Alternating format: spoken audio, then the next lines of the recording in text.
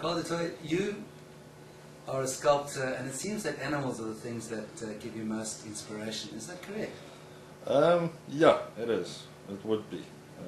Animals are a big part of my life in various senses. So yes, one would. And besides being a sculptor of really fine animals, you're also the chairman of National Welfare Society. I am to pay for all my sins. Yes. You must be a very sinful person. I'm starting to believe that. What have you achieved in your years as chairman? And how long have you been chairman? This is my third. Yeah, this is my third year. The main achievements, I would say, over the past year would be we've been reaching further areas, covering more areas, treating more animals, and we've recently completed building a new surgery onto the premises, which is currently being registered with the Veterinary Council. And once we've got that going, we'll be able to offer a lot more comprehensive healthcare to animals in the area. We found that with the economy being the way that it is, the more and more people that that can't afford to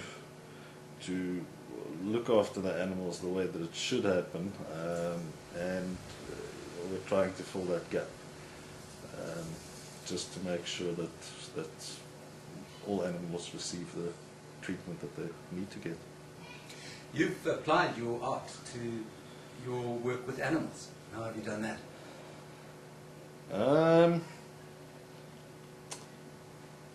Well, there is Bondi, the bulldog that I did a couple of years ago for animal welfare, and it's raised. I mean, Bondi's at the Keys with his collection tin. To date, he's raised 42,000 rand in silly money, which is quite handy. And as a theme, animals are just so interesting. You know, no two are the same, and they've got so much character and I don't know. There's lots to be done with animals. Karel, this is Bondi. Indeed, it is. Tell me a little bit about it.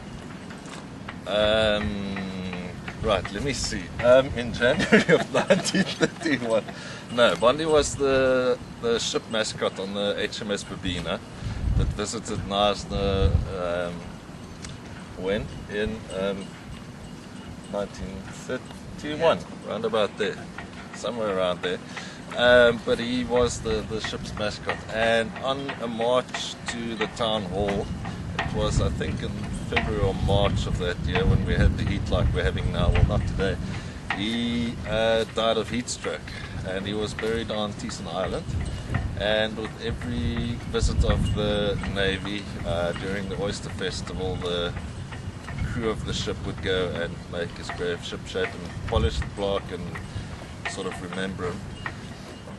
I think we must just make a note here. I think you must put a caption on the thing to say, "That's the dog, this is me."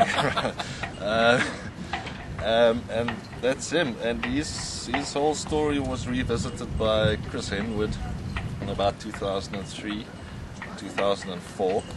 The history was looked at, and we did the sculpture of him. If Simonstown can have just nuisance, we can have this guy. And he's got since then he's been working for animal welfare. He's raised, I think he was unveiled in 2004. Up until now he's raised about 44,000 rand for animal welfare through this little collection hatch here.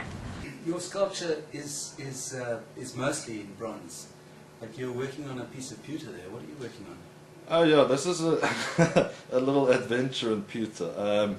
You know, I was just getting a bit bored and sort of started thinking of something else to do. So I'm making a range of pens, writing instruments. I think this one here that's almost finished is a lily pen.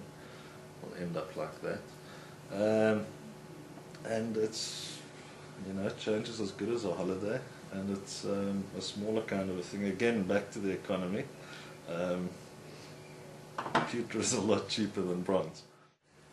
On your website you quote somebody who said that in order to do a horse, to create a horse, he takes a lump of clay and he cuts away the pieces that don't look like a horse. You just chip away the bits. Does that perfectly sum up the way you work?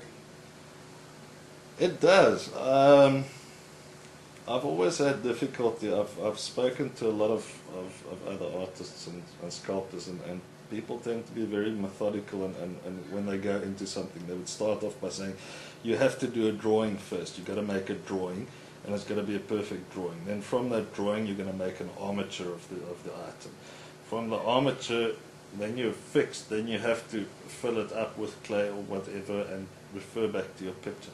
I can't do it. I can't be bothered to do it. For starters, I can't draw. If I were to make everything that I drew, I would have made a lot of bronze stickmen by now. But I can't do that. If you can't force yourself into making something that you don't really, that you're not really keen to make. You know, if somebody were to come and say, make me a sea slug, I wouldn't really be interested because they don't really fascinate me.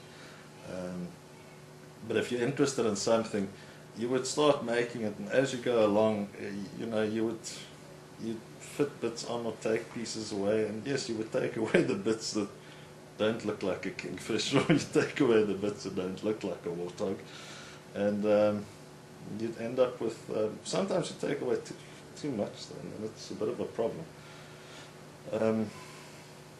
Yeah, my method is sometimes problematic because you do need to do an armature with a lot of things. I have to give that to the pragmatic people. You end up with a big lump of something that falls down and just doesn't work. So, but no, I've got quite a loose kind of an approach to making things. And then a lot of your work has landed up all over the world. Is that correct?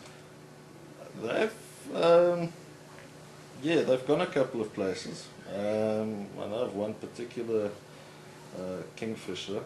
I think his name was, it wasn't Spike, it was, no, it was Spike. Spike ended up next to Lake Superior in America. He's apparently quite enjoying it there. Did he have to go through the, there's a cat behind you visiting. Oh, no. Did Spike have to go through the quarantine process that all other animals do when they go to the States? If you want to call customs quarantine, I suppose so. Is customs a problem for an artist selling overseas? It's not. I haven't had much problem. Hatchuel. Size, didn't hear me. No, it's not a major issue. And then finally, if somebody wants to see your work on the web, what is your web address? It's quite an easy one. It's www.dutoitsculpture.co.za.